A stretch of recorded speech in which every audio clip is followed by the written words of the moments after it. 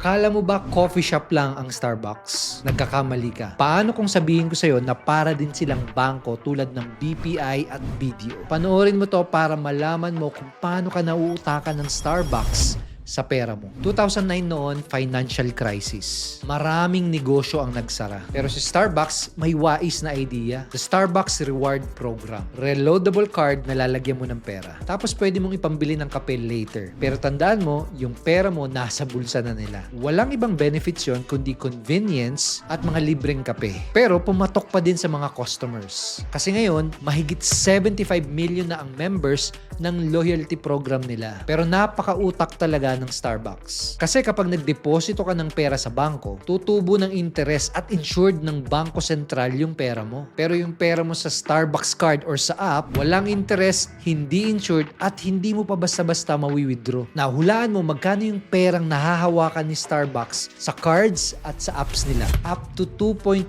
billion or 120 billion pesos according sa study. Grabe, di ba? Pero dito ka mas masyashock. Taon-taon, around 200 billion US dollars yung perang nakakalimutan ng gastusin ng mga customers. Almost 12 billion pesos yun at lahat ng yon kay Starbucks na mapupunta. Now, anong lesson dito? Kung consumer ka, maging wise ka tuwing maglalagay ka ng pera dun sa card or sa app mo. Tandaan mo, advance payment mo na yan sa mga kape mo. Malamang hindi mo na mawi-withdraw. Pero kung business owner ka, lagi mong isipin, paano mo magagaya si Starbucks? Paano ka makakakuha ng cash upfront bago mo pa i-deliver yung mga products at services mo? Kasi sa kahit anong negosyo, cash flow is king. Ikaw, anong nasa isip mo? Wais na strategy ba to o panloloko?